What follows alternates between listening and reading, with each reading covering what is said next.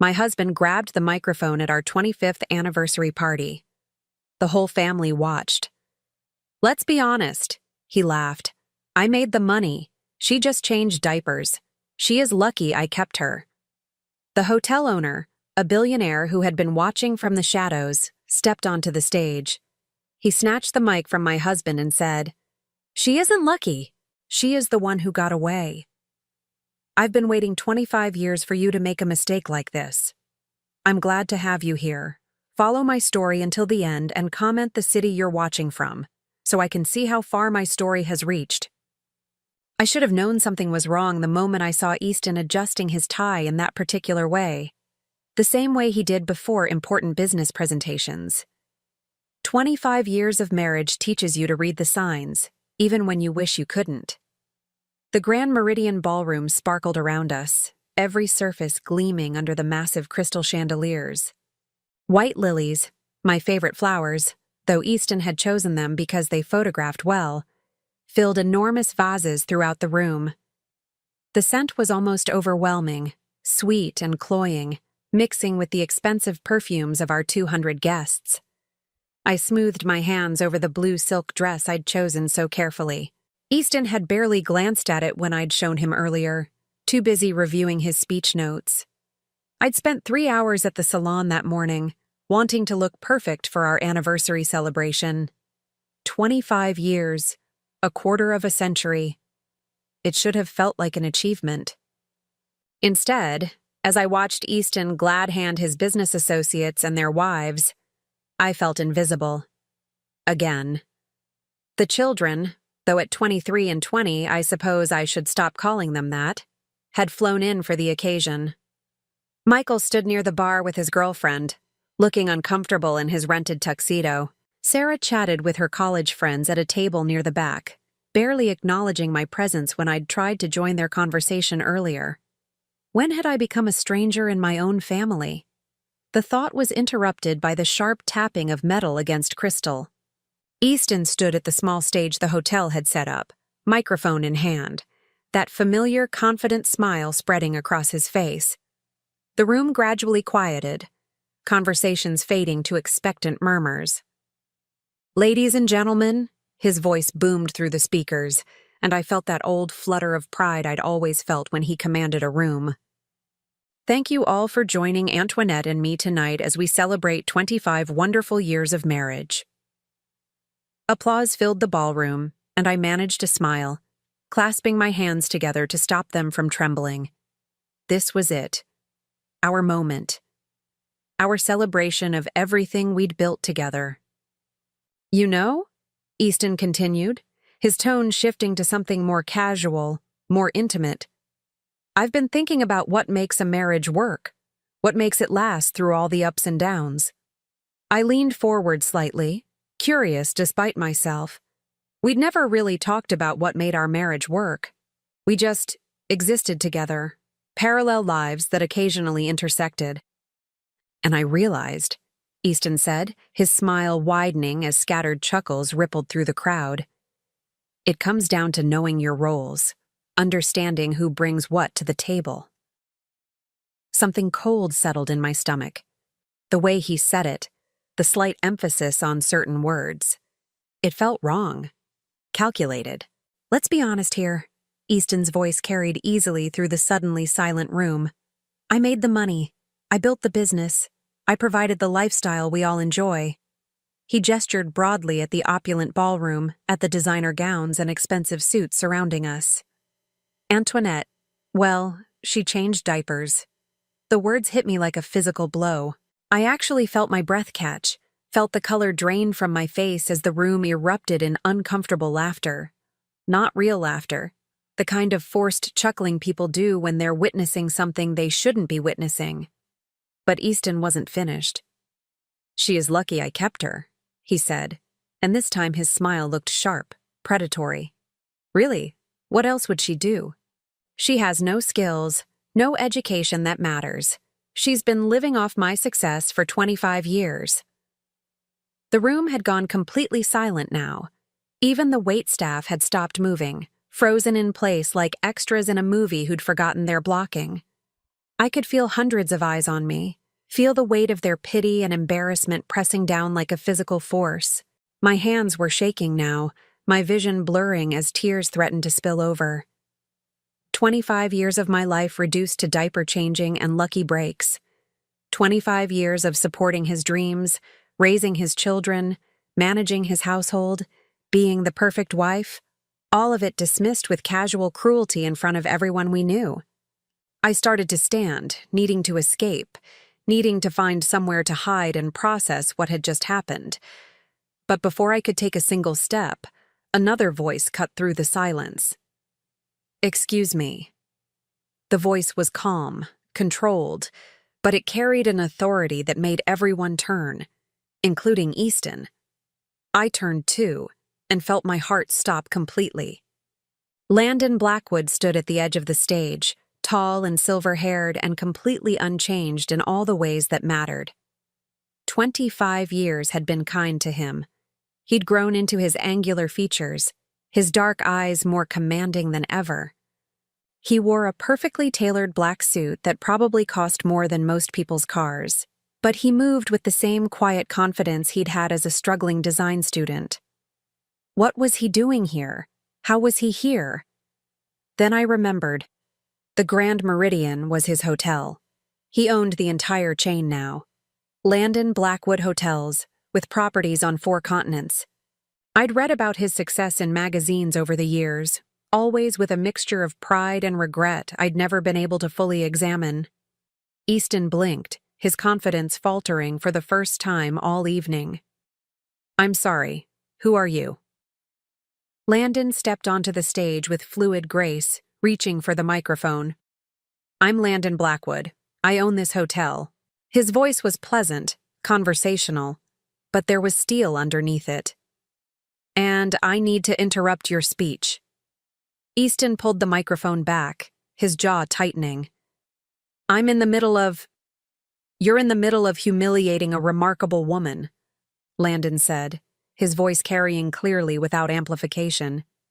"And I won't allow that to continue in my establishment." The ballroom had become a theater, every guest riveted by the drama unfolding on stage. I sat frozen, my heart pounding so hard I was sure everyone could hear it. Landon gently but firmly took the microphone from Easton's hand. When he spoke again, his voice filled the room with quiet authority. "Ladies and gentlemen, I apologize for interrupting this celebration, but I think you should know something about the woman this man just insulted." He turned to look directly at me, and something in his expression made my breath catch. It was the same look he'd given me all those years ago when he'd asked me to marry him. The same look I'd turned away from because Easton represented safety, security, everything I thought I needed.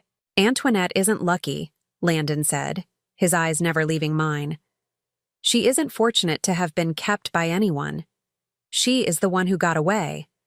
And I've been waiting 25 years for the man who won her to make exactly this kind of mistake." The silence that followed was absolute. No one moved, no one breathed, no one seemed capable of processing what they'd just heard. Easton's face had gone from confident to confused to something approaching panic. "What? What are you talking about? Who are you to her?" Landon finally looked away from me, turning to face my husband with an expression I couldn't quite read. "I'm the man who loved her first. The man who would have spent every day of the last 25 years making sure she knew exactly how extraordinary she is." The microphone fell from Easton's limp fingers, hitting the stage with a sharp screech of feedback that made half the room wince. But I barely heard it over the roaring in my ears, the way my entire world had just shifted on its axis. Landon loved me first. Was still. Did he still? "Antoinette," Landon said, stepping to the edge of the stage, extending his hand toward me. "Would you like to get some air? I think we have a lot to talk about." I looked at his outstretched hand, then at Easton's stricken face, then at the sea of shocked expressions surrounding us. 200 people waiting to see what I would do, waiting to see if I would take the hand being offered to me or stay seated in the chair where I'd just been publicly humiliated. For the first time in 25 years, The choice was entirely mine. I stood up, my legs somehow steady despite the earthquake happening inside my chest. I walked toward the stage, toward Landon's waiting hand, toward a future I couldn't even begin to imagine. Behind me, I heard Easton's voice, small and panicked. "Antoinette, don't you dare! Don't you dare walk away from me!" But I was already walking, and for the first time in decades, I wasn't looking back. The cool night air hit my face like a benediction as Landon led me through the hotel's private entrance, away from the stares and whispers that had followed us out of the ballroom. My hand was still in his, and I couldn't bring myself to let go. It felt like an anchor in a storm I hadn't even realized was brewing. We walked in silence through the hotel's elegant corridors until he stopped at a set of glass doors that opened onto a private terrace overlooking the city. The lights of downtown stretched out below us, and for the first time in hours, I could breathe properly. "Are you all right?" Landon asked softly, finally releasing my hand. I almost laughed at the absurdity of the question. Was I all right? My husband had just humiliated me in front of 200 people, and the man I'd chosen not to marry 25 years ago had just declared his love for me in the same breath. All right seemed like a foreign concept. "I don't know," I said honestly, wrapping my arms around myself. The evening was warm, but I felt cold down to my bones. "I don't know anything anymore." Landon shrugged out of his jacket and draped it over my shoulders without asking. It smelled like expensive cologne and something else. Something that brought back a flood of memories I'd been suppressing for decades.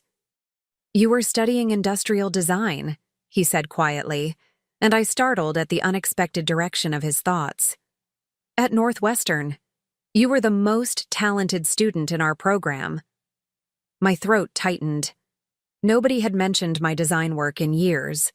Not since I'd packed away my portfolio and easel to become Mrs. Easton Crawford, full-time wife and mother. "That was a long time ago," I managed. "Not so long that I've forgotten the lamp design you created for Professor Williams' class, the one with the curved glass base that caught light from 3 different angles." Landon's voice was warm with remembered admiration. He said it was the most innovative piece he'd seen in 15 years of teaching. I closed my eyes, remembering. I'd been so proud of that lamp, so excited about the possibilities it represented. I'd had plans, sketches for an entire line of lighting fixtures that would revolutionize residential design. I was going to change the way people thought about illumination in their homes. Instead, I'd gotten pregnant with Michael and married Easton, and those sketches had ended up in a box in our attic, forgotten like so many other dreams. "Why are you here, Landon?" I asked, needing to redirect the conversation before the memories became too painful. "I mean, I know you own the hotel, but tonight? Why tonight?" He was quiet for a long moment, looking out over the city. When he finally spoke, his voice was careful, measured. "I've been keeping track of you, Antoinette. Not in a stalking way," he added quickly, seeing my expression. "But you were the love of my life. When someone matters that much to you, you don't just forget they exist." The love of his life. The word sent a shock through my system that I wasn't prepared for. "I knew about the anniversary party," he continued. "I knew Easton had booked the ballroom. I told myself I wouldn't interfere, wouldn't insert myself into your life. But then I heard him practicing his speech this afternoon. My stomach dropped. You heard." He was in the presidential suite, going over his remarks with his assistant. The walls aren't as soundproof as guests think they are. Landon's jaw tightened. He was laughing about it, Antoinette, about how he was going to put you in your place in front of everyone, about how you'd gotten too comfortable lately, needed to be reminded of your position in the marriage. The words hit me like physical blows. Easton had planned it, had scripted my humiliation, rehearsed it, anticipated my reaction like a business presentation. 25 years of marriage, and he'd reduced our relationship to a power play. "I couldn't let it happen," Landon said simply. "I couldn't stand there and watch him destroy you without fighting back." Fighting back. When was the last time anyone had fought for me? When was the last time I'd fought for myself? The answer came with brutal clarity. Never. I'd never fought for anything I wanted. I'd always chosen the safe path, the expected path, the path of least resistance, like choosing Easton over Landon. The memory hit me with sudden, devastating force. I was 21 again, standing in my tiny apartment near campus, staring at two very different proposals. Literally. Both men had proposed to me within a week of each other. Landon had been passionate, romantic, down on one knee in the campus sculpture garden with a ring he'd designed himself. A simple band with a small diamond surrounded by tiny pieces of colored glass arranged like a sunburst. He'd been broke, surviving on instant noodles and student loans. But his eyes had burned with certainty when he'd told me he loved me. "I don't have much to offer you right now," he'd said, his voice shaking with emotion. "But I'll spend every day of my life making sure you never regret saying yes." Easton's proposal had come 3 days later, in an expensive restaurant downtown. His ring was a traditional solitaire, 2 carats, flawless. He'd talked about security, about the life he could provide, about my future being safe with him. He'd had a plan, a 5-year timeline for his career advancement, a projected income chart, a list of neighborhoods where we'd look for houses. I'd chosen the plan. I'd chosen security over passion, certainty over possibility. I'd convinced myself it was the mature decision, the smart decision. I'd been such a fool. "Do you remember the project we worked on together?" Landon asked suddenly. "Senior year, the integrated living space design?" Of course I remembered. We'd spent 3 months developing a revolutionary concept for multifunctional furniture that could transform small spaces. Modular pieces that served multiple purposes, a complete rethinking of how people lived in urban environments. It had been brilliant, innovative, ahead of its time. "Professor Chen said it was graduate-level work," I whispered. "It was better than graduate-level work. It was market-ready. We could have patented it, started a company." Landon turned to face me fully. "But you dropped out of the program to marry Easton." The guilt I'd carried for 25 years pressed down on me like a physical weight. I'd abandoned our project, left Landon to complete it alone. He'd gotten full credit, but we both knew it had been a collaboration. "I'm sorry," I said, the words feeling inadequate. "I'm so sorry, Landon. I was young and scared and—" "Don't apologize," he said firmly. "I didn't bring it up to make you feel guilty. I brought it up because 6 months after you left, Easton started a furniture company. Crawford Designs. His first product line was remarkably similar to our project. The world seemed to tilt sideways. What are you saying?" "I'm saying your husband built his fortune on stolen ideas, Antoinette. Ideas you helped create." The memory came flooding back, Easton asking me about my classwork, showing interest in my projects for the first time since we'd started dating.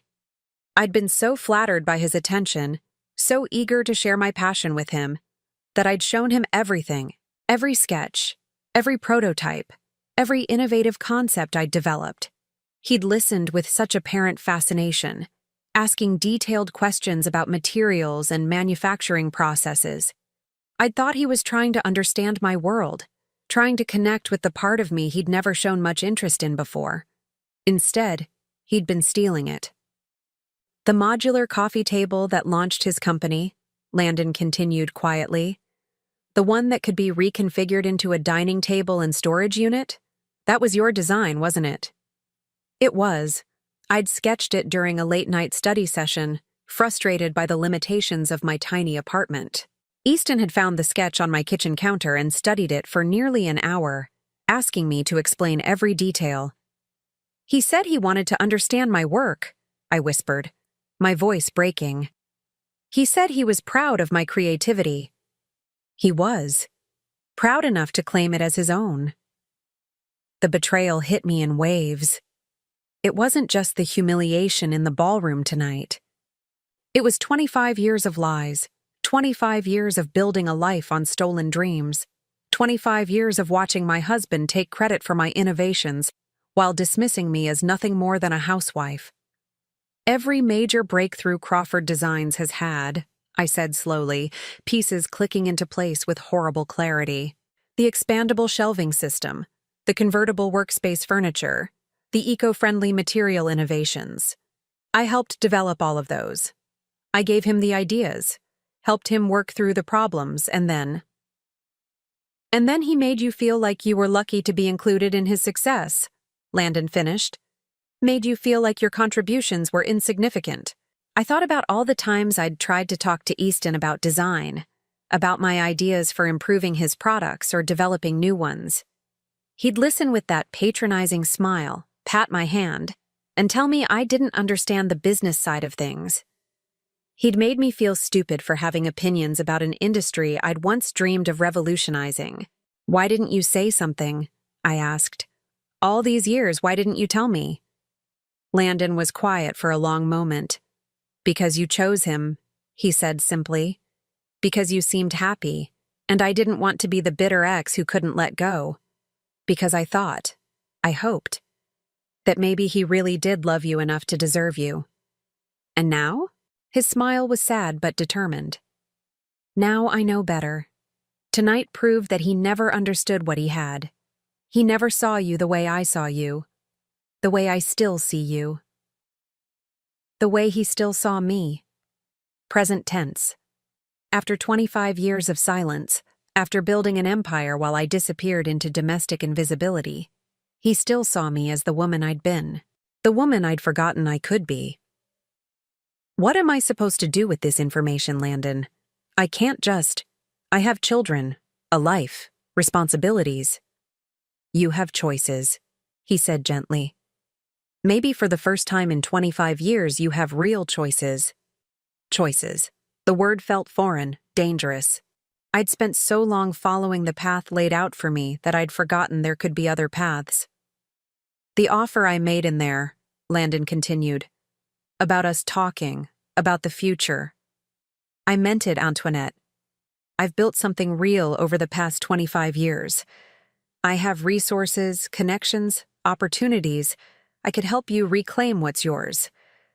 Your marriage ended tonight, he said, not unkindly, but with absolute certainty. The moment Easton humiliated you in front of 200 people, the moment he reduced 25 years of partnership to diaper changing and charity, your marriage ended. The only question now is what comes next. What comes next? Another foreign concept. For 25 years, I'd known what came next. Another day of supporting Easton's dreams while burying my own. Another day of being grateful for scraps of attention from my own family. Another day of diminishing myself to make others comfortable. I need time, I said finally. I need to think. Landon reached into his jacket pocket and pulled out a business card. Take all the time you need. But when you're ready to remember who you really are, call me. I took the card, my fingers brushing his in the exchange. The touch sent electricity through me, a reminder of feelings I'd spent 25 years suppressing. The woman who designed that lamp, he said softly. The woman who could see possibilities where others saw limitations. She's still in there, Antoinette. She's been waiting for someone to believe in her again. Believe in her. In me. When was the last time anyone, including myself, had believed in me? As Landon walked away, leaving me alone with the city lights and the weight of 25 years of revelations, I realized something that terrified and exhilarated me in equal measure. I wanted to remember who I really was. I wanted to find that woman again, even if it meant destroying everything I thought I knew about my life. The question was whether I had the courage to try. I didn't go home that night. I couldn't face Easton, couldn't stomach the thought of walking into our perfectly appointed house in Westfield Manor and pretending that everything was normal. Instead, I drove aimlessly through the city until I found myself parked outside the old Northwestern campus, staring at the building where I'd once believed I could change the world. My phone had been buzzing incessantly since I'd left the hotel. Easton, the children, even some of the guests from the party, probably calling to satisfy their curiosity about the drama they'd witnessed. I'd turned it off an hour ago, needing the silence to think. Landon's business card sat on my dashboard, catching the streetlight like a small beacon. I'd picked it up and put it down a dozen times, my finger hovering over his number. What would I even say? Thank you for destroying my marriage? Thank you for revealing that my entire adult life had been built on theft and lies? Thank you for reminding me who I used to be? When my phone finally rang at 7 in the morning, I almost didn't answer, but the caller ID showed Sarah's name, and something in me couldn't ignore my daughter, even now. Mom? Sarah's voice was small, uncertain. Where are you? Dad's been calling everyone, and Michael's freaking out, and what happened last night? I closed my eyes, feeling the weight of 23 years of motherhood pressing down on me. How could I explain this to my children? How could I tell them that their father had built their comfortable life on stolen dreams? That their mother had been complicit in her own erasure? I'm okay, sweetheart, I said finally. I just needed some time to think. But that man, the one who said those things about you and Dad, who was he? The one who said those things. Not the one who humiliated me. Landon was the one Sarah was questioning. Even now, even after witnessing Easton's cruelty, she was more concerned about the stranger who'd defended me than the father who'd torn me down. I'd raised them to see me as less than. I'd raised them to accept their father's version of reality where I was lucky to be included, grateful to be kept. The realization was devastating. Someone I knew a long time ago, I said carefully, before I married your father. Silence stretched between us. Then quietly, Are you coming home? Home. The word felt foreign now, charged with implications I wasn't ready to examine. Was that massive house in Westfield really home? Or was it just another beautiful prison I'd helped build around myself? I don't know yet, I admitted. Sarah was quiet for a long moment. Dad's really upset. He's been drinking since last night, and he keeps saying he's going to ruin that man's business. He called some lawyers and Uncle Richard and... She trailed off, probably realizing she was sharing information I might not want to hear. Uncle Richard, Easton's brother, the one with connections in every industry that mattered. Of course Easton would call in reinforcements. He'd never been one to accept defeat gracefully, and last night had been the first time in 25 years that someone had publicly challenged his narrative. Sarah, I said gently, I need you to understand something. Whatever happens between your father and me, it has nothing to do with you and Michael. You're both adults now, and this is between us. But Mom, I love you, I interrupted. I have always loved you. But I need some time to figure out what comes next. After I hung up, I sat in the car for another hour, watching students hurry across campus with their backpacks and coffee cups and urgent conversations. They looked so young, so full of possibility. Had I ever looked like that? Had I ever moved through the world with that kind of confident purpose? Yes. Once. Before I'd learned to make myself smaller, before I'd convinced myself that dreams were luxuries I couldn't afford. My phone buzzed with a text from an unknown number. I know you're struggling with all of this. When you're ready to hear the whole story, I'll be at the Meridian. Suite 1207.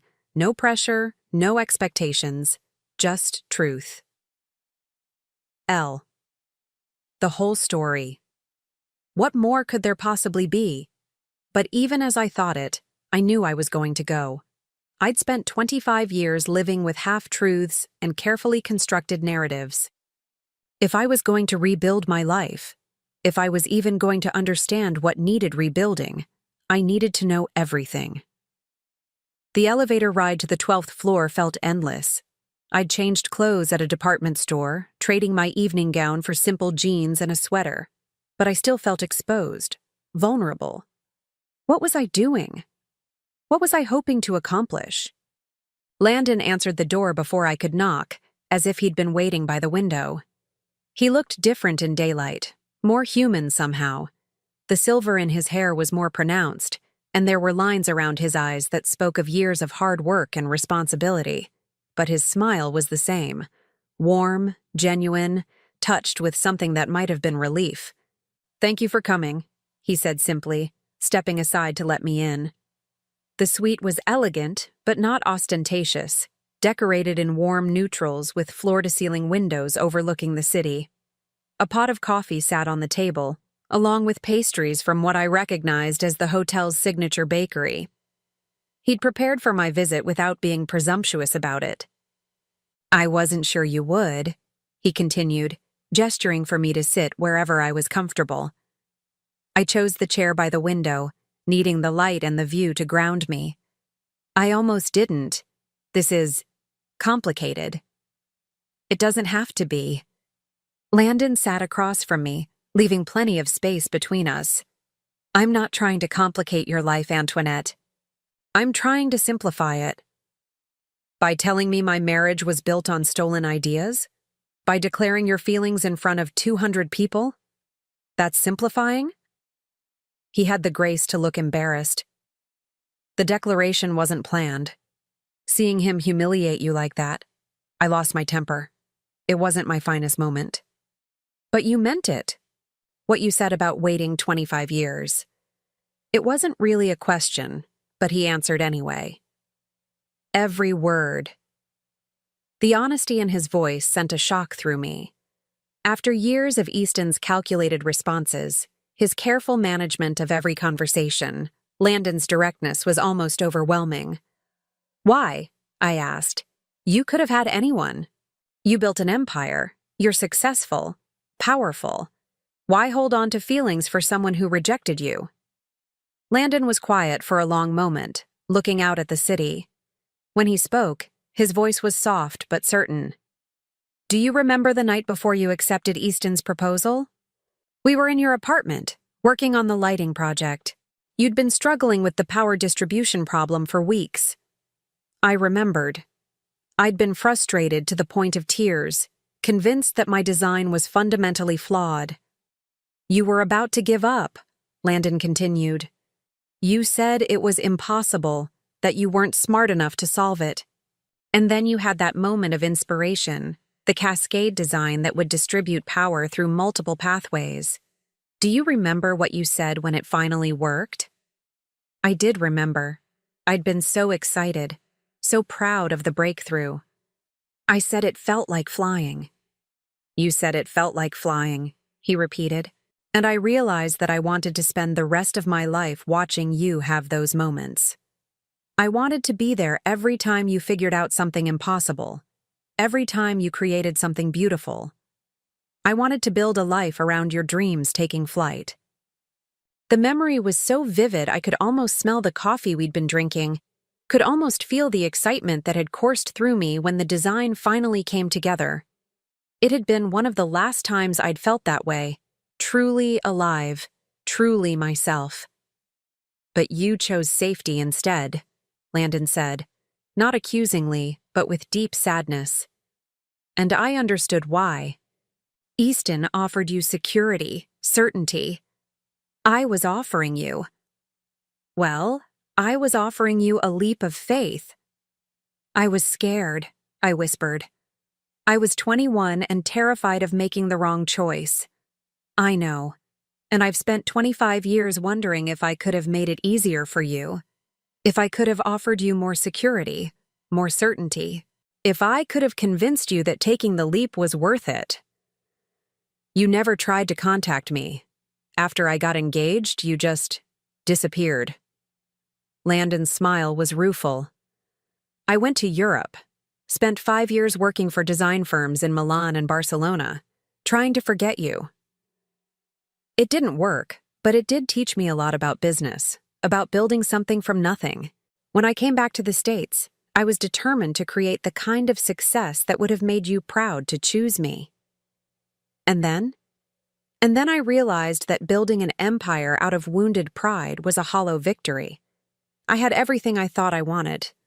But I was still missing the one thing that mattered. The one thing that mattered. Me. He was talking about me as if I was something precious, something worth waiting for.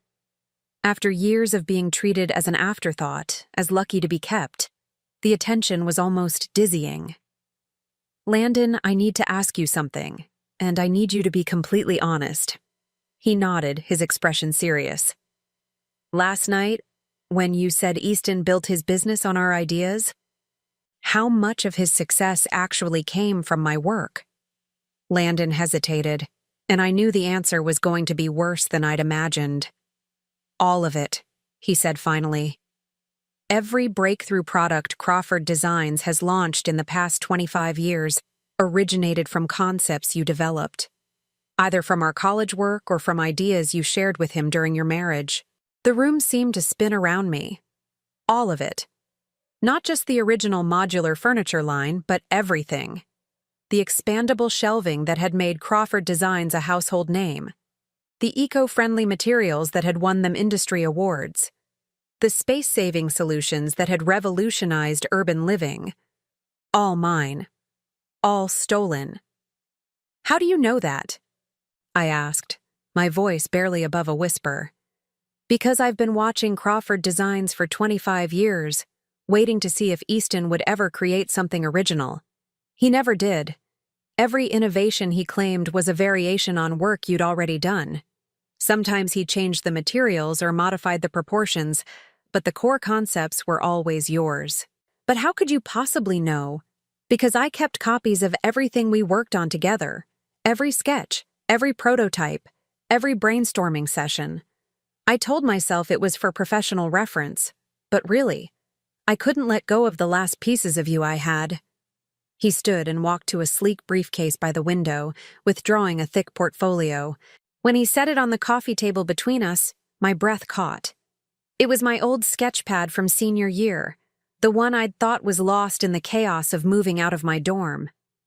The leather cover was worn soft with age, but I recognized every scuff and stain. You kept this? I whispered, reaching out to touch the familiar surface. I kept everything, Landon said quietly, including the original design for the lamp that started it all, the one Professor Williams called revolutionary, the one that became the basis for Easton's first product line. I opened the portfolio with trembling hands, and 25 years of suppressed memories came flooding back. Page after page of detailed sketches, concept drawings, innovative solutions to design problems that wouldn't become industry standard for years. Work I'd poured my heart and soul into. Work I'd been so proud of. Work I'd convinced myself had been meaningless amateur efforts. He made me believe I was nothing, I said, tears blurring my vision as I turned the pages. He made me believe these were just silly student projects. They weren't silly, they were brilliant, and they made him rich. Rich on my ideas, successful on my innovations, respected for stealing my dreams. What am I supposed to do with this information? I asked, looking up at Landon through my tears. Sue him? Destroy my children's father? Blow up my entire life for revenge? I'm not asking you to destroy anything, Landon said gently. I'm asking you to reclaim what's yours. The ideas, yes, but more than that. I'm asking you to reclaim yourself. Reclaim myself. The woman who'd designed these innovations, who'd seen possibilities where others saw limitations. The woman who'd felt like she was flying when a complex problem finally yielded to her imagination. How? I asked. How do you reclaim 25 years of lost identity? Landon leaned forward, his eyes intense. You start creating again. You remember what it felt like to solve impossible problems. You let yourself dream big again. I'm 56 years old, Landon. I've been out of the design world for decades. Technology has changed. Markets have evolved. Design is design, he interrupted. Good ideas are timeless. And you. He reached across the table and covered my hand with his. You were always the most innovative thinker I knew. That doesn't just disappear. His touch was warm, solid, real. For the first time in years, I felt like someone was seeing me, really seeing me, not as a wife or mother or convenient accessory, but as myself. "I have an offer for you," Landon said, his voice steady and sure. "Not a romantic proposition, not a rescue mission. A business opportunity." I raised an eyebrow, curious despite my emotional upheaval. "I'm launching a new division of Blackwood Hotels, sustainable design consulting. Hotels around the world are demanding eco-friendly, space-efficient solutions, but most design firms are still thinking in outdated paradigms. I need someone who can revolutionize how we approach hospitality spaces." My heart began to pound. "You're offering me a job?" "I'm offering you a partnership. 50-50 ownership of the new division, full creative control, a chance to see your ideas implemented on a global scale."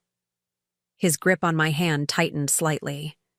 "A chance to show the world what Antoinette Crawford can really do." A partnership, creative control, global scale. The words sent electricity through me, awakening something that had been dormant for so long I'd forgotten it existed. "The salary would be $200,000 to start," Landon continued, "plus profit sharing once we're established. But more importantly, you'd own your work. Every design, every innovation, every breakthrough, it would be yours. Legally, publicly, permanently yours. Own my work." After 25 years of watching Easton profit from my ideas, the concept felt revolutionary. "I can't," I said automatically, the response so ingrained I didn't even think about it. "I mean, I have responsibilities, obligations." "To whom?" Landon asked quietly. "To the husband who humiliated you publicly? To the children who are adults with their own lives? To yourself?" To myself. When was the last time I'd had an obligation to myself? "I need time," I said. But even as I spoke the words, I could feel something shifting inside me. A spark of the old excitement, the old hunger to create something meaningful. "Take all the time you need," Landon said. "But while you're thinking, consider this. Right now, Easton is probably planning how to discredit me, how to minimize what happened last night.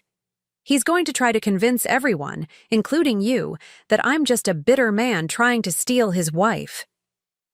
"Aren't you?" I asked, but without accusation. I genuinely wanted to know. Landon's smile was sad but honest. "Maybe partly, but mostly, I'm a businessman who recognizes exceptional talent when I see it. And I'm someone who believes that 25 years is long enough for brilliance to stay buried." Long enough for brilliance to stay buried. The phrase resonated through me like a bell. How long was I willing to keep burying who I really was? How long was I willing to let fear keep me small? "There's something else you should know," Landon said, releasing my hand and reaching for another folder. "About what Easton's planning to do next." My stomach clenched. "What do you mean?" "My security team picked up some interesting phone calls from your house last night. Calls to his lawyer, his brother, some business associates. He's not planning to apologize or try to win you back, Antoinette. He's planning to destroy you."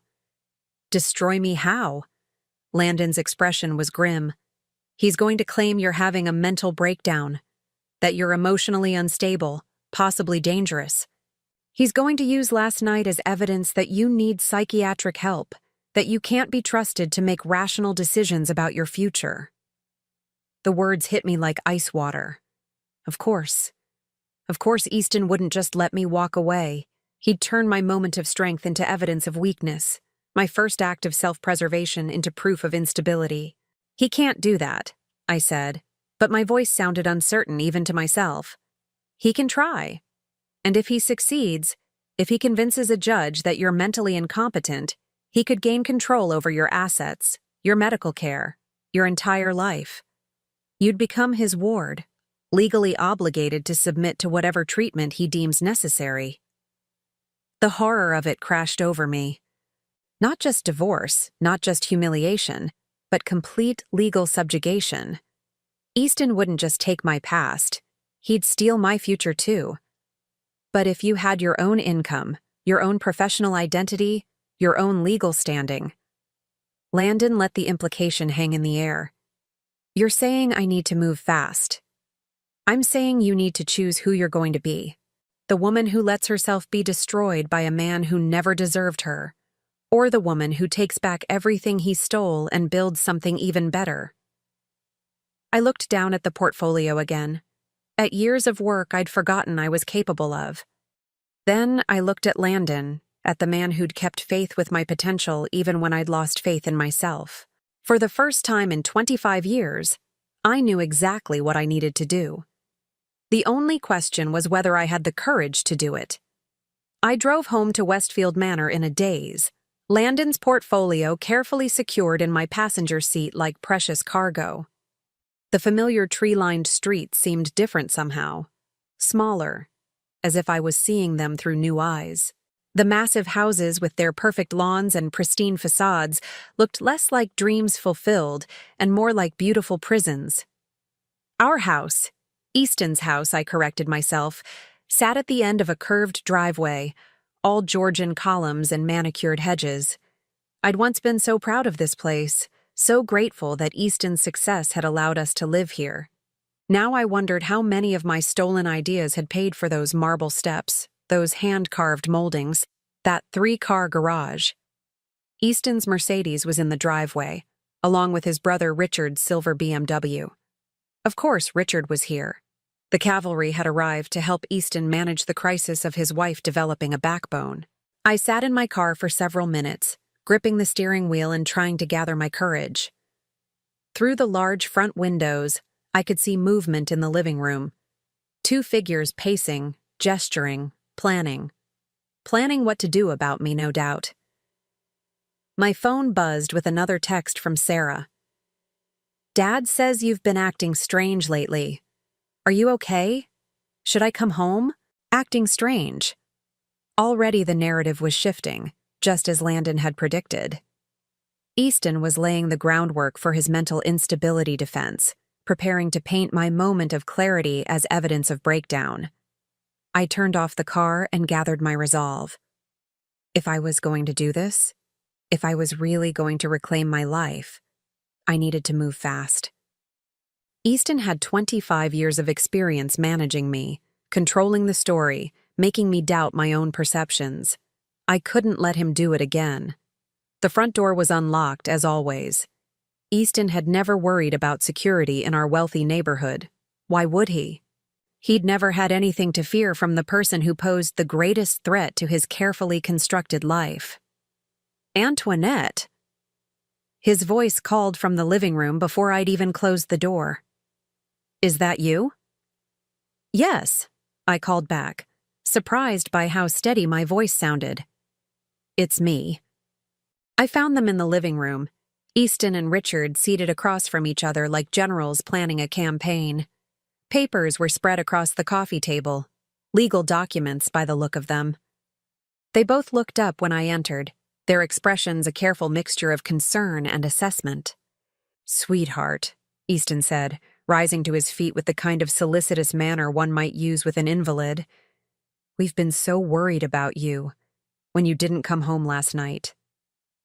I needed time to think, I said simply, staying near the doorway. I didn't want to get trapped in the middle of the room, surrounded by their careful manipulation. Richard stood as well, his expression professionally sympathetic. As Easton's lawyer brother, he'd had plenty of practice managing difficult situations. Antoinette, I think we should talk about what happened last night. Easton's told me about the incident at the party. The incident? Already my humiliation was being reframed as something I'd caused, something that needed to be managed rather than addressed. Has he? I asked, looking between the two men. And what exactly did he tell you? Easton's jaw tightened slightly. I told him about Landon Blackwood's inappropriate behavior, how he inserted himself into our celebration, made those ridiculous claims about your past relationship. Ridiculous claims? I repeated, feeling that familiar cold anger settling in my chest. Which part was ridiculous, Easton? The part where he said he loved me or the part where he said I was talented? Antoinette, Richard began, but I cut him off. No. I want to hear from my husband. I want to hear him explain which part of what Landon said was ridiculous. Easton's mask of concern slipped slightly, revealing the irritation underneath. The man is obviously unstable. He's been fixated on you for 25 years, building some kind of fantasy around a college relationship that ended decades ago. A fantasy, I said slowly. So when he said I was a talented designer, that was fantasy. You took a few art classes, Easton said dismissively. It's hardly the foundation for a career. A few art classes. I felt the familiar sting of his casual dismissal, but this time it was accompanied by something else. Clarity. For the first time, I could see exactly what he was doing, how he minimized my accomplishments to maintain his own superiority. Industrial design, I corrected. I was studying industrial design. I was good at it. Richard cleared his throat uncomfortably. Perhaps we should focus on the present situation. Antoinette, we're concerned that this man might be trying to manipulate you, to take advantage of what was obviously an emotional moment. Take advantage. Of course that was their interpretation. It couldn't be that someone genuinely valued me, genuinely saw potential in me. It had to be manipulation, exploitation. He offered me a job, I said quietly. The silence that followed was deafening. Easton's face went through several expressions: surprise, disbelief, anger, before settling on condescending amusement. A job? He laughed, and the sound was sharp, cutting. Sweetheart, you haven't worked in 25 years. What kind of job could you possibly be qualified for? There it was. The casual cruelty that had become so familiar I'd stopped noticing it. The automatic assumption that I was useless, unemployable, dependent on his charity for survival. A design position, I said, my voice gaining strength. A partnership, actually, in sustainable hospitality design.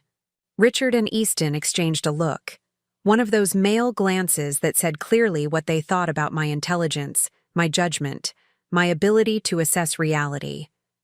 Antoinette, Richard said gently, I think you need to consider the possibility that this man is not being entirely honest with you. Men like Blackwood don't offer partnerships to people without extensive professional experience. Men like Blackwood, successful men, men who built real empires, who made real decisions. Unlike women like me, who just changed diapers and got lucky. Unless, Easton added, his voice taking on a nastier edge, he's not really interested in your design skills. The implication hung in the air like a toxic cloud. Of course that was what they'd assume, that any interest in me had to be sexual, predatory, inappropriate. The idea that I might have actual value, actual talent worth investing in, was apparently too far-fetched to consider. You think he offered me a partnership because he wants to sleep with me? I asked, my voice dangerously quiet. I think, Easton said carefully, that you're emotionally vulnerable right now, and that men like Blackwood are experts at exploiting that vulnerability. Exploiting vulnerability. Everything about this conversation was about my weakness, my susceptibility, my inability to think clearly or protect myself. They weren't discussing my humiliation at the party, Easton's public cruelty, or the problems in our marriage. They were focused entirely on managing the threat I apparently posed to their carefully ordered world. What would you like me to do? I asked, curious to hear their plan. Richard leaned forward, his expression earnest and professional. We think you should consider getting some help. You've been under a lot of stress lately, and last night was obviously traumatic. There are excellent facilities that specialize in helping people work through these kinds of episodes. Episodes? There was the word Landon had warned me about. My moment of self-respect was being reframed as a mental health crisis requiring professional intervention. What kind of facilities? I asked, though I already knew the answer. Residential treatment centers, Richard said smoothly. Places where you could get the support you need to work through whatever you're going through. away from external pressures and influences that might be confusing you.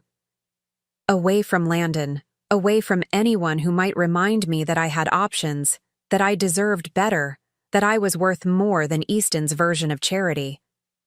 "How long would this treatment last?" I asked. Easton and Richard exchanged another look. "As long as necessary," Easton said. "Until you're feeling more like yourself again." More like myself. The irony was breathtaking.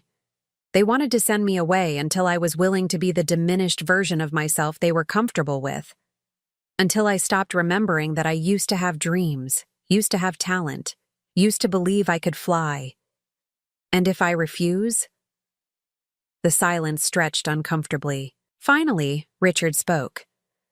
"Antoinette, if you're not capable of making rational decisions about your own well-being, then the people who love you have to step in." There it was. The threat Landon had predicted, delivered with lawyerly precision. Submit to treatment voluntarily, or they'd have me declared incompetent and force me into it. I looked around the living room, at the expensive furniture I'd helped choose, the artwork we'd collected together, the family photos that documented 25 years of carefully curated happiness. None of it felt like mine anymore. It all felt like props in someone else's life, someone else's story. "I need to get a few things from upstairs," I said finally. "Of course," Easton said, his relief evident. He thought I was surrendering, accepting their assessment of my mental state. "Take your time. We can discuss the details when you're ready." I walked upstairs slowly, my mind racing. They were giving me rope, expecting me to hang myself with compliance. Instead, I was going to use it to climb out of the hole they'd spent 25 years digging for me. In our bedroom, Easton's bedroom, really, since I'd never been allowed to decorate it the way I wanted, I pulled out a small suitcase and began packing carefully. Not too much, nothing that would suggest I wasn't coming back. Just enough to survive for a few days while I figured out my next move. At the bottom of my jewelry box, hidden beneath layers of rarely worn accessories, I found my original Northwestern student ID. The photo showed a young woman with bright eyes and confident posture, someone who believed she could change the world through good design, someone who'd never learned to make herself smaller.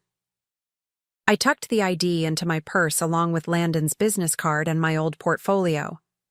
Then I sat at the small writing desk by the window and composed 2 letters. The first was for my children. Michael and Sarah. By the time you read this, I'll have made a choice that might be difficult for you to understand.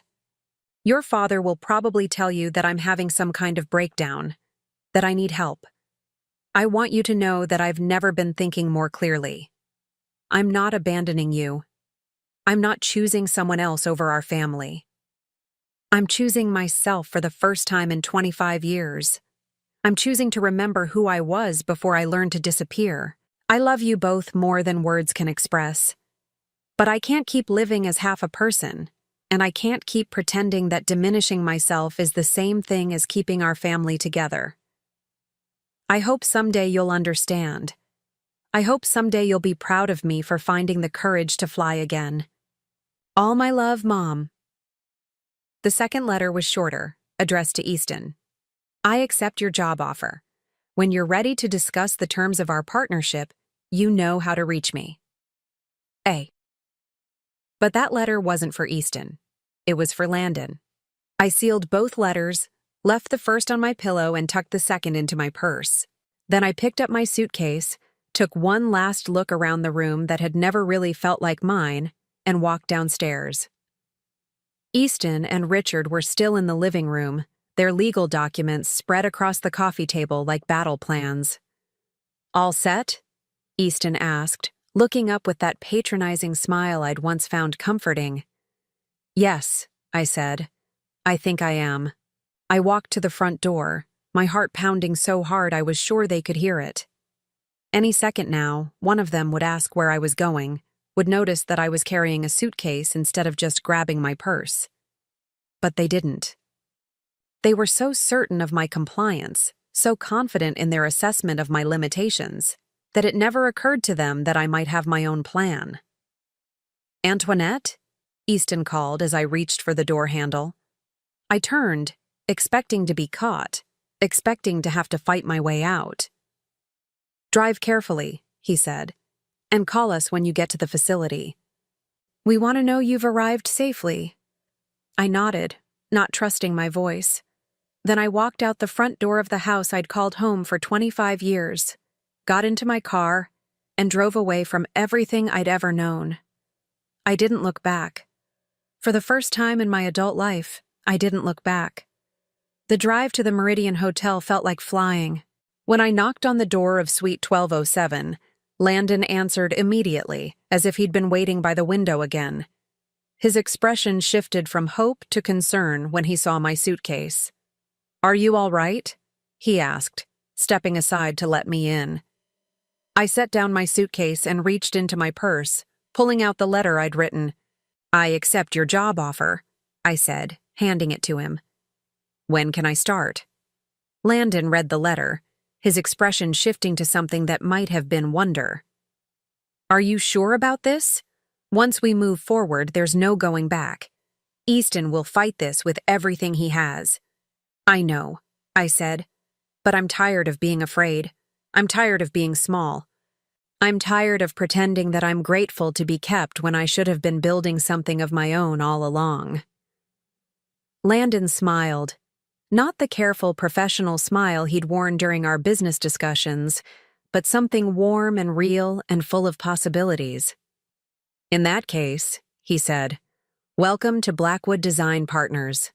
I think we're going to build something extraordinary together." Something extraordinary.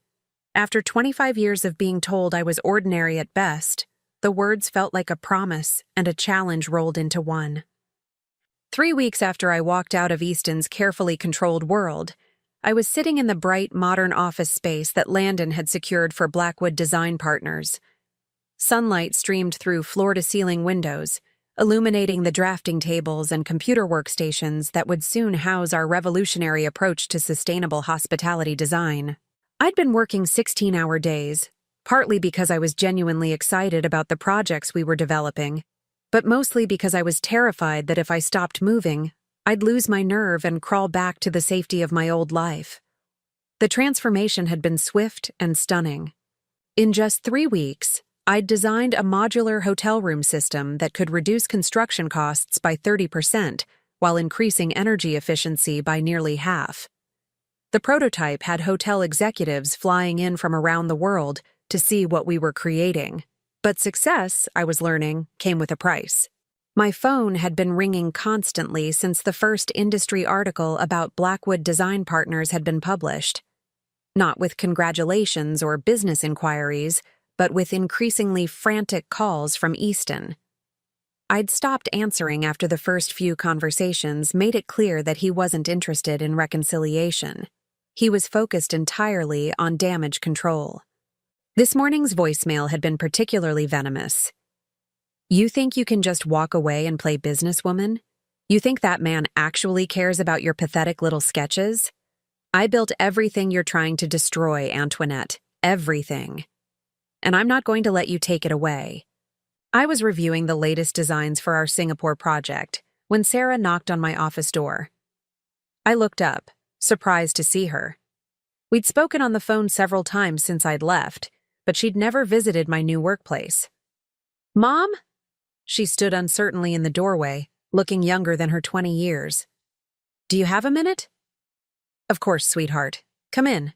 I gestured to the comfortable chairs by the window, clearing away the architectural drawings that covered every surface. Sarah sat down carefully, her designer purse clutched in her lap like a shield. She was dressed in the kind of expensive casual wear that screamed private college student, clothes that Easton's stolen success had purchased. "I've been talking to Dad," she began, and I felt my stomach clench. "He's really worried about you, about this whole situation." "I'm sure he is," I said carefully. "What exactly has he told you?" Sarah shifted uncomfortably. "He says you're having some kind of midlife crisis, that this man Landon is taking advantage of you." That you're going to lose everything you've worked for. Everything I'd worked for. The irony was breathtaking. And what do you think? I don't know what to think, Sarah said, her voice small. This place is amazing, and you seem different, happier. But Dad says you're making a huge mistake, that you're destroying our family for some fantasy. Our family. I studied my daughter's face, seeing echoes of my own features mixed with Easton's stronger jawline. Sarah, do you remember much about me from when you were little? She frowned. What do you mean? Do you remember me ever working? Ever having interests outside of taking care of you and your brother? You volunteered at our schools. You organized charity events. You managed the household. But do you remember me ever creating anything? Ever pursuing my own dreams? Sarah was quiet for a long moment. No, she said finally. But that's what mothers do, right? They sacrifice for their families. Sacrifice for their families. There was the lesson I'd taught her without meaning to, that women existed to serve others, that our own dreams were luxuries we couldn't afford. Sarah, I need to tell you something about your father's business, about how Crawford Designs really started. Over the next hour, I showed her everything. The original portfolio Landon had preserved, the timeline of Easton's innovations compared to my college work, the undeniable evidence that Crawford Designs had been built on stolen ideas. Sarah went through several emotional stages as the truth sank in: disbelief, anger, confusion, and finally, a kind of numb acceptance. All of it? She asked, her voice barely above a whisper. Everything he built came from your work? Not everything, I said gently. Your father is a talented businessman, a skilled marketer. He knew how to take good ideas and turn them into successful products. But the ideas themselves, yes, they were mine. Sarah stared at the sketches spread across my desk, her face pale. Why didn't you ever say anything? Why didn't you fight for credit? Because I believed him when he said I was lucky to be included. Because I thought supporting his success was more important than claiming my own.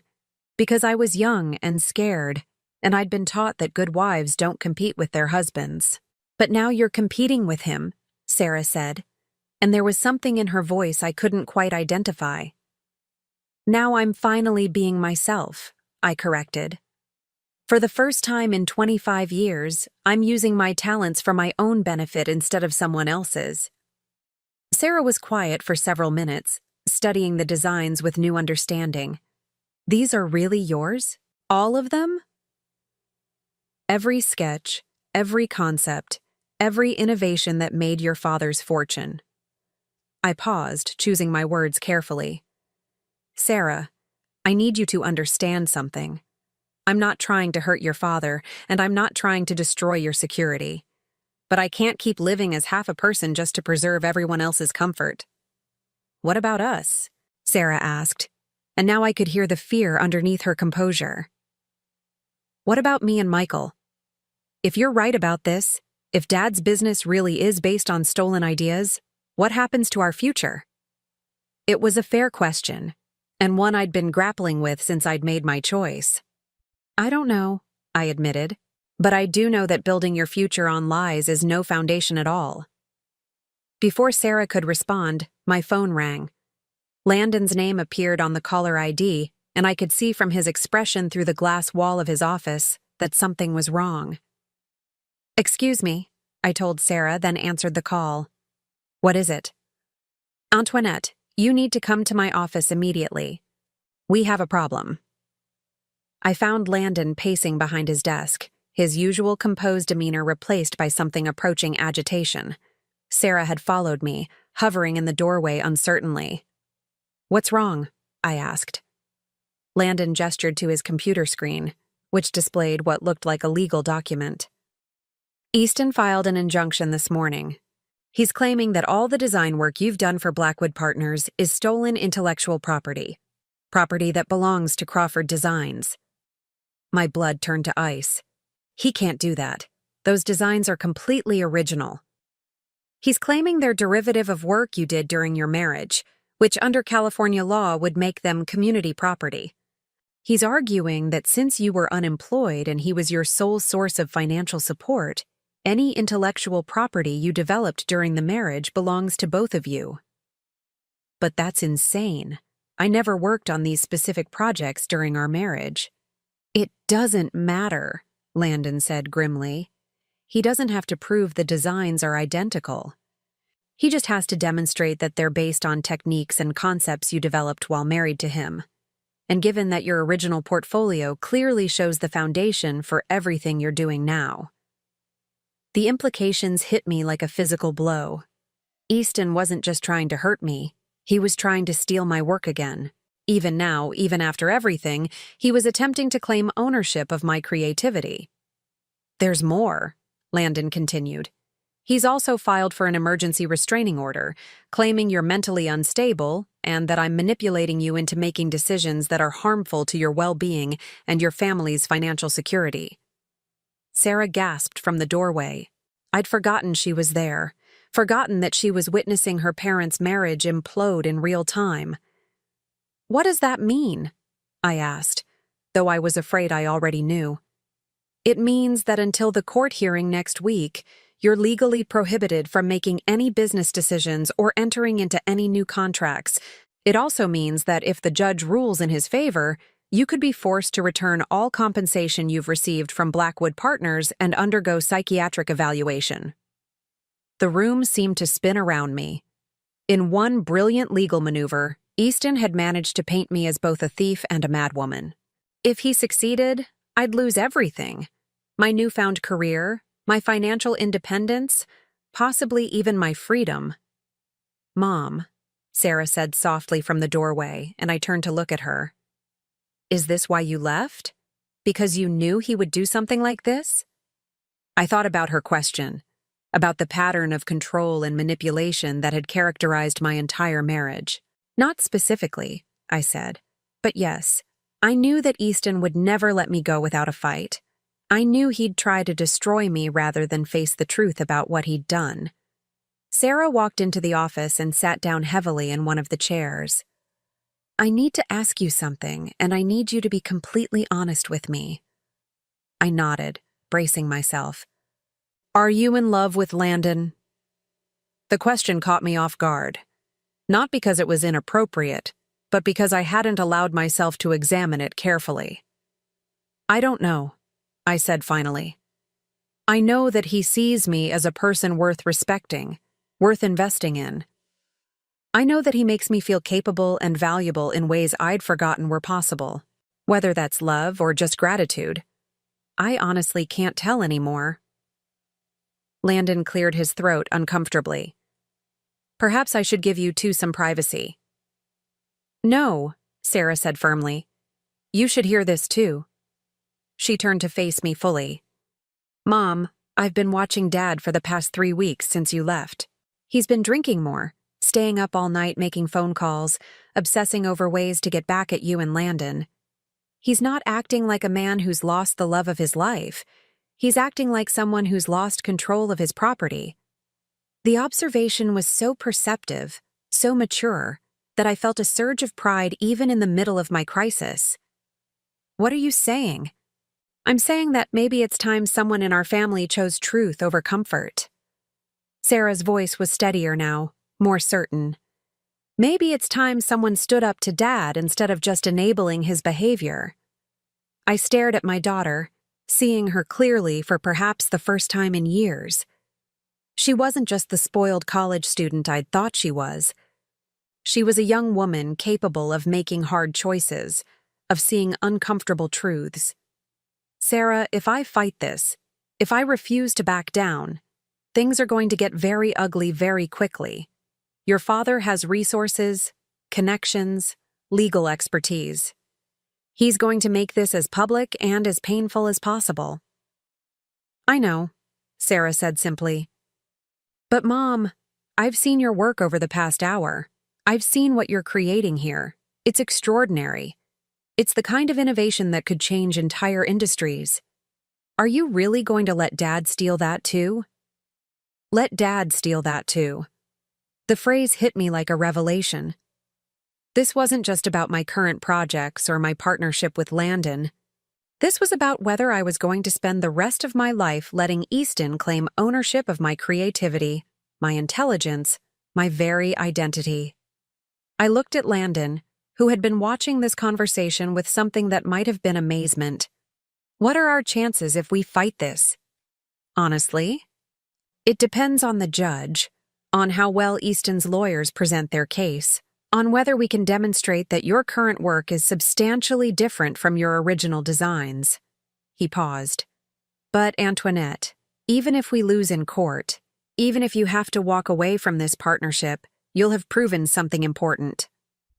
Which is that you're not the helpless, dependent woman he's been telling everyone you are, that you're capable of building something significant on your own, that you're worth fighting for, even if you have to do the fighting yourself. Worth fighting for. After 25 years of accepting whatever scraps of respect Easton was willing to offer, the concept felt revolutionary.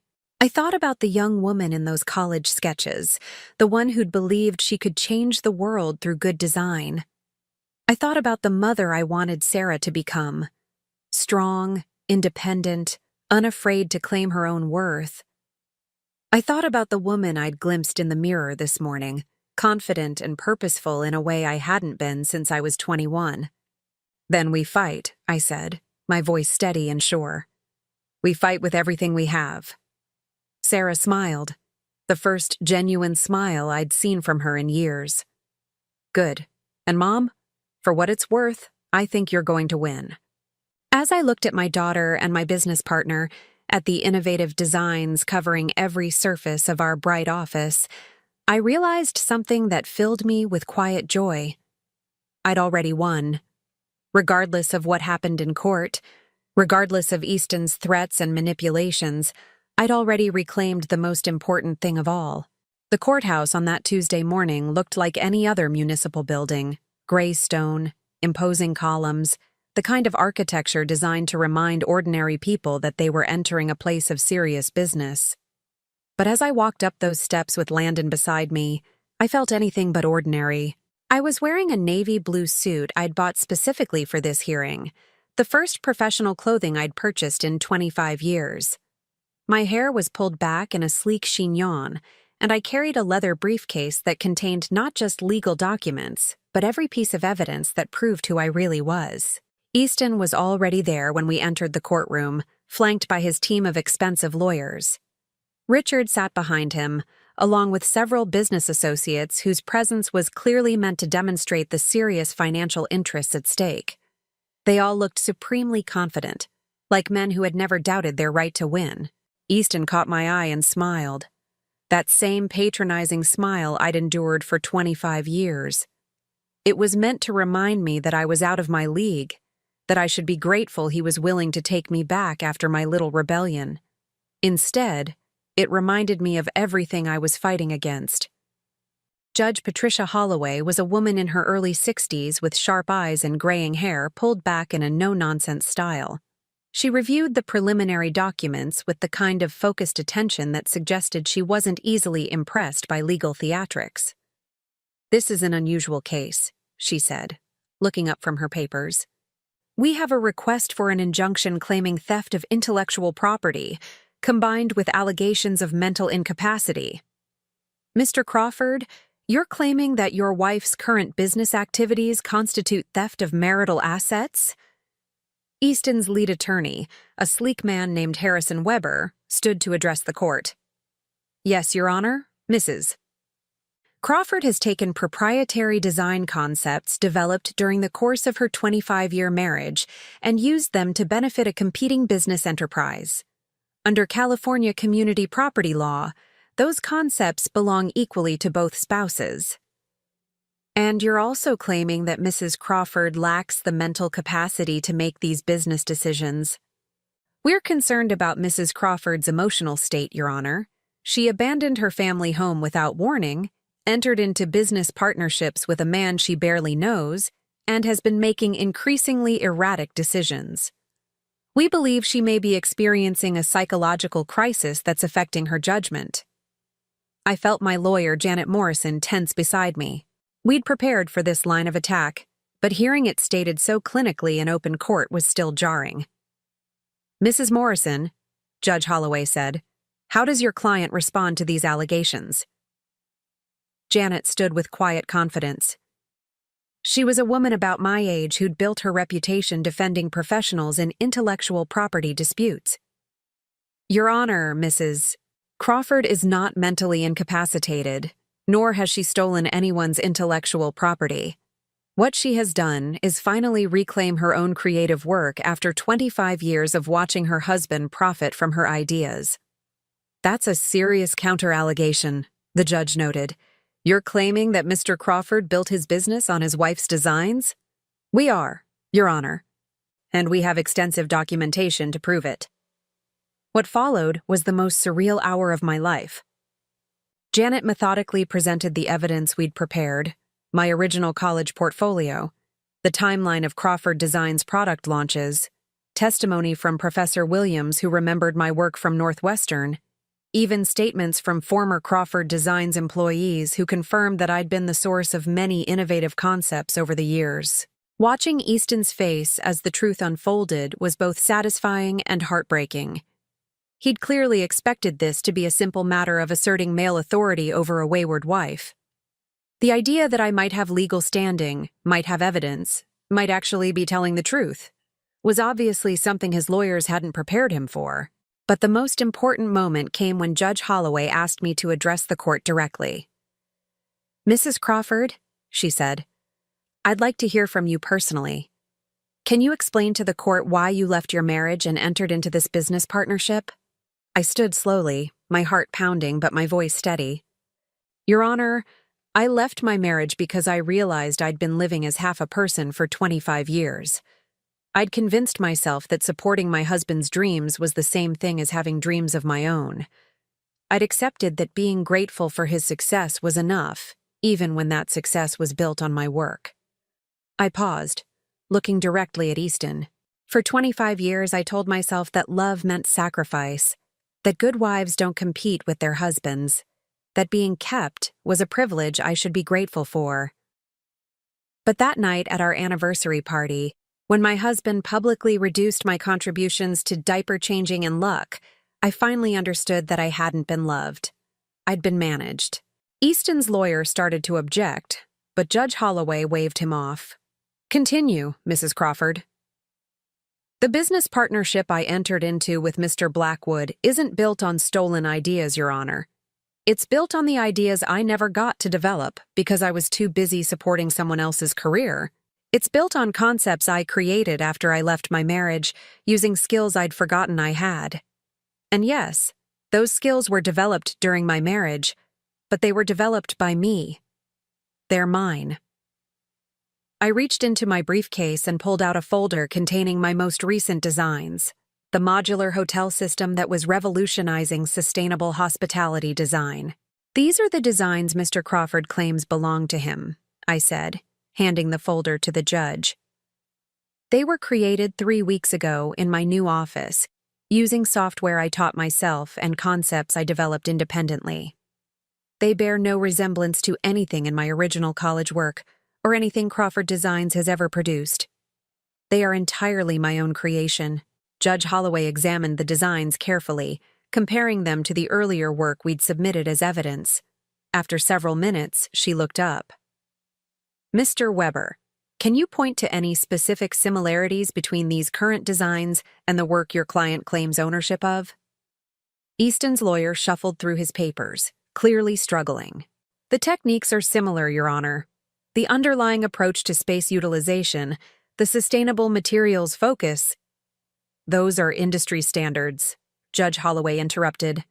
"Any competent designer would use those approaches. I'm asking about specific design elements that demonstrate actual theft of intellectual property." Weber consulted with his team for several minutes before admitting, "The designs are substantially different in their specifics, Your Honor." "I see." Judge Holloway turned to me. "Mrs. Crawford, Regarding the allegations of mental incapacity, how do you respond? This was the moment I'd been both dreading and anticipating. Your Honor, if recognizing my own worth constitutes mental illness, then I suppose I'm guilty as charged. If leaving a marriage where I was treated as decorative property rather than a partner constitutes instability, then I accept that label. But if we're defining mental health as the ability to think clearly, make rational decisions, and pursue meaningful work, then I've never been healthier in my life. I gestured toward the courtroom where several hotel executives had come to observe the proceedings. In the 3 weeks since I left my marriage, I've designed a revolutionary hospitality system that's already attracted international attention. I've established professional relationships with industry leaders who value my expertise. I've created more innovative work than I produced in the previous 25 years combined. That's not the behavior of someone who's mentally incapacitated. Judge Holloway was quiet for several minutes, reviewing all the evidence we'd presented. Finally, she looked up. "Mr. Crawford," she said, addressing Easton directly. "I've reviewed the evidence presented by both sides. While it's clear that your wife did contribute significantly to your business success over the years, it's also clear that her current work represents original creation, not theft of existing intellectual property. Do you have any evidence that contradicts this assessment?" Easton stood slowly, his confidence finally cracking. "Your Honor, my wife is. She's not the same person she was. This man has filled her head with ideas about independence and careers. She's 56 years old.